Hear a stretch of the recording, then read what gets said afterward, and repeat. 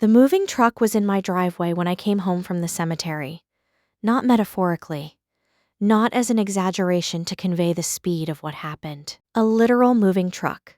White, medium-sized, backed halfway up the driveway of the house my husband and I had owned for 11 years, with two men in blue uniforms carrying boxes through my front door, which was standing open, which I had locked that morning before leaving for the funeral. My sister, Caroline, was standing on the front porch directing traffic. She saw me pull up. She did not look surprised to see me. She looked, if anything, prepared.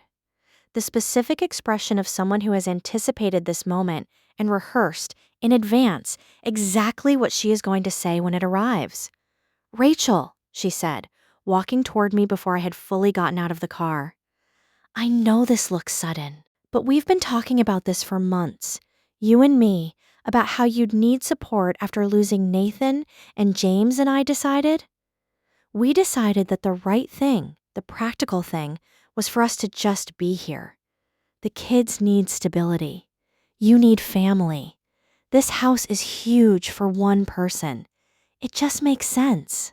I stood in my own driveway, in the black dress I had worn to bury my husband 6 hours earlier, and I looked at my sister, at the moving truck, at the open front door, at the boxes disappearing into my house, and I felt something in me go very, very still.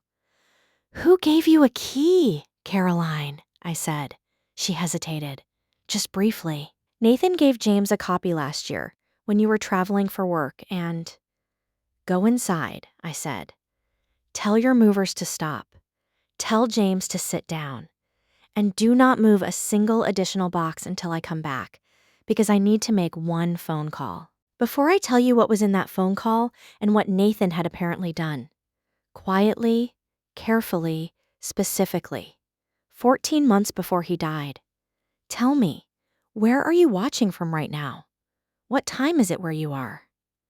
I read every single comment and I want to know. And I want to be clear before we continue. This is a work of fiction, written for entertainment. The names, the people, the events. None of it is real, and any resemblance to anyone living is entirely coincidental. My name is Rachel Morrison. I'm 34 years old, and 7 months ago, I lost my husband Nathan to pancreatic cancer. A diagnosis that came fast, progressed faster, and ended in 8 months of the most compressed grief I have ever experienced, because grief and love and fear and the daily practical business of caregiving were all happening simultaneously, and there was no space to separate any of them. Nathan was 38. He was a landscape architect. Quiet, observant, the kind of person who noticed the specific quality of afternoon light on a particular building and could tell you exactly why it was doing what it was doing, technically and poetically, in the same sentence. He had designed the garden behind our house himself, over 3 years of weekends, and it still looked exactly as he had intended it to look, which was a comfort and an ache in equal measure every morning I looked out the kitchen window.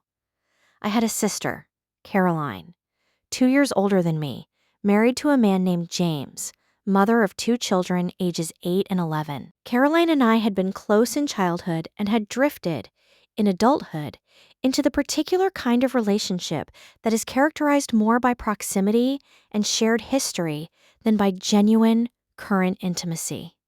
She was not a bad person. She was a person who had developed, over the years, a specific habit of framing what she wanted as what was best for everyone. A habit that I had learned to navigate and that had never, until the day of Nathan's funeral, produced consequences I couldn't manage. Nathan had not liked James. He had been diplomatic about it. Nathan was constitutionally diplomatic. But he had told me, in the particular private honesty of a long marriage, that James was a person who looked at other people's stability as a resource to be used rather than a circumstance to be respected. He had said it without anger, the way he said most things. As an observation, a structural assessment, a note about load-bearing capacity. He had apparently, I would discover, taken that assessment seriously in ways I hadn't known about.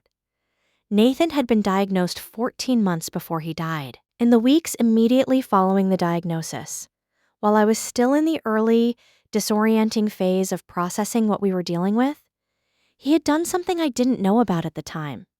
He had called our estate attorney, a thorough woman named Patricia Voss, and he had asked her a very specific question. Given that the house was in both our names, given that I would be the surviving owner, given that he had concerns about certain family members' potential behavior in the aftermath of his death, what could he do, legally, to make sure I was protected? Patricia had told him. He had acted on what she told him immediately, while he still had full cognitive clarity and the energy to do it. He had updated the will, added specific provisions, and, in a move Patricia told me was unusual but entirely legal and enforceable, had written a formal letter of instruction to be opened by me within the first week following his death. Not as a legal document, but as a personal one, covering the specific contingencies he was most concerned about. He had given Patricia the letter in a sealed envelope. He had told her, specifically, that I was to receive it before anyone else received any information about the estate, including members of my family who might make inquiries. I had received it the morning after his funeral. I had read it that morning. And then the moving truck had appeared in my driveway. The letter was 4 pages long, in Nathan's handwriting. The specific, slightly architectural handwriting of someone who had spent years drafting precise technical documents and whose personal writing retained the same quality of intention. It began, "Rachel, if you're reading this, Patricia has given it to you on schedule, which means it's the morning after the funeral and you are probably exhausted and sad and possibly already dealing with something I worried about. I'm going to get straight to the point because I know you, and I know you prefer that. Here is what I need you to know." He described, methodically and without editorializing, his concerns about Caroline and James. Specifically, the conversation he had overheard at a family gathering 18 months before his diagnosis, in which James had said to someone, in what he apparently believed was a private moment, that if Nathan ever got sick, the house on Birchwood would be an obvious solution to their situation, since Rachel wouldn't need all that space and Caroline was family and family helped each other. Nathan had filed that away. The way he filed everything. Precisely, without immediate reaction, as a structural fact about load-bearing capacity. "I don't think Caroline is malicious," the letter said.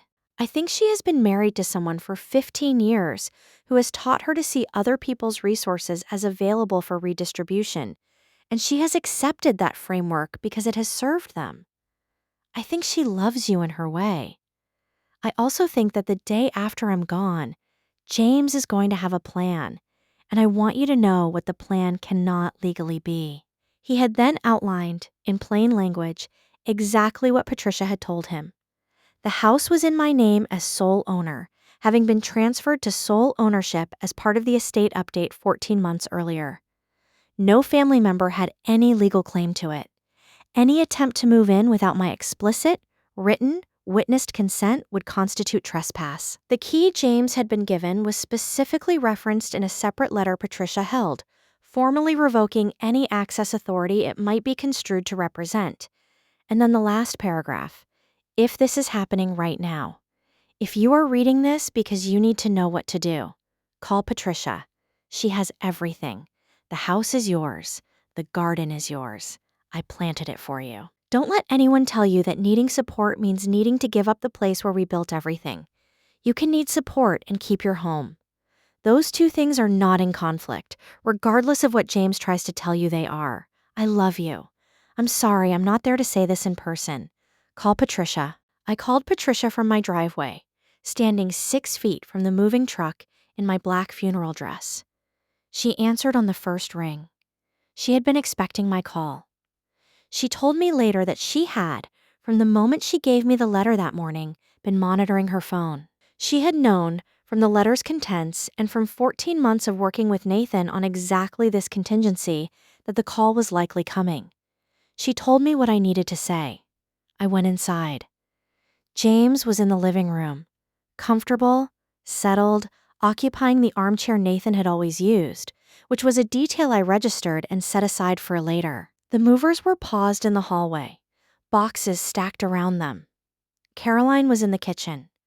I walked into the living room, looked at James and Nathan's chair, and said, calmly, entirely without drama, because Nathan had always said that the most effective way to deliver a structural assessment was without embellishment. The house was transferred to my sole ownership 14 months ago. You have no legal right to be here. The key you were given has been formally revoked in a letter currently held by our estate attorney. I need you, Caroline, and the movers to leave in the next 20 minutes.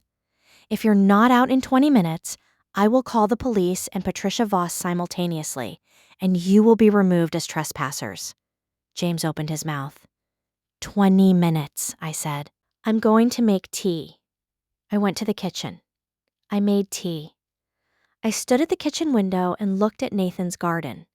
The specific quality of afternoon light on the ornamental grasses he had planted 2 summers ago. And I did not cry, because I had been crying for 7 months, and there was, in that particular moment, nothing left that needed crying. 22 minutes later, the moving truck backed out of the driveway.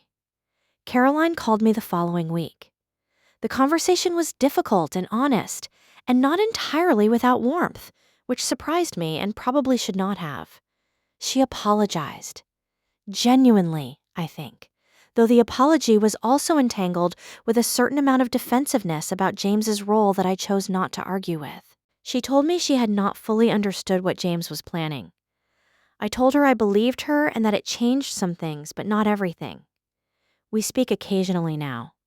Carefully, in the new configuration of a relationship that has been permanently altered by something that cannot be unaltered.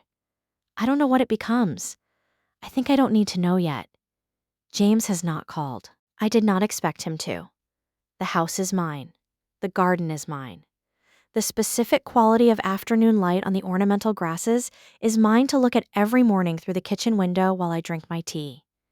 Nathan's tea, from the same tin he always bought, which I have continued buying because some continuities are worth maintaining. I think about the letter sometimes. About Nathan, 14 months before he died, sitting across from Patricia Voss and asking what he could do to make sure I was protected. About the specific, structural practicality of a man who loved me enough to think clearly about the things that would threaten me after he was gone and to put the protection in place before he no longer could. He knew me. He knew I would read the letter and call Patricia and stand in the driveway in my black dress and say the thing that needed to be said.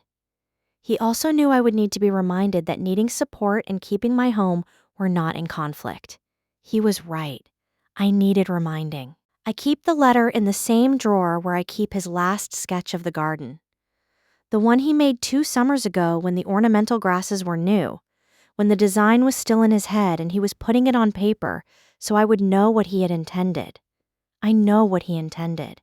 He made sure of it. Do you think I was right to give them 20 minutes rather than calling the police immediately? Or would you have called right away? Let me know in the comments. I read every single one. And if this story moved you, subscribe to the Family Ledger for a brand new story every single day. Hit that bell. You do not want to miss what is coming next.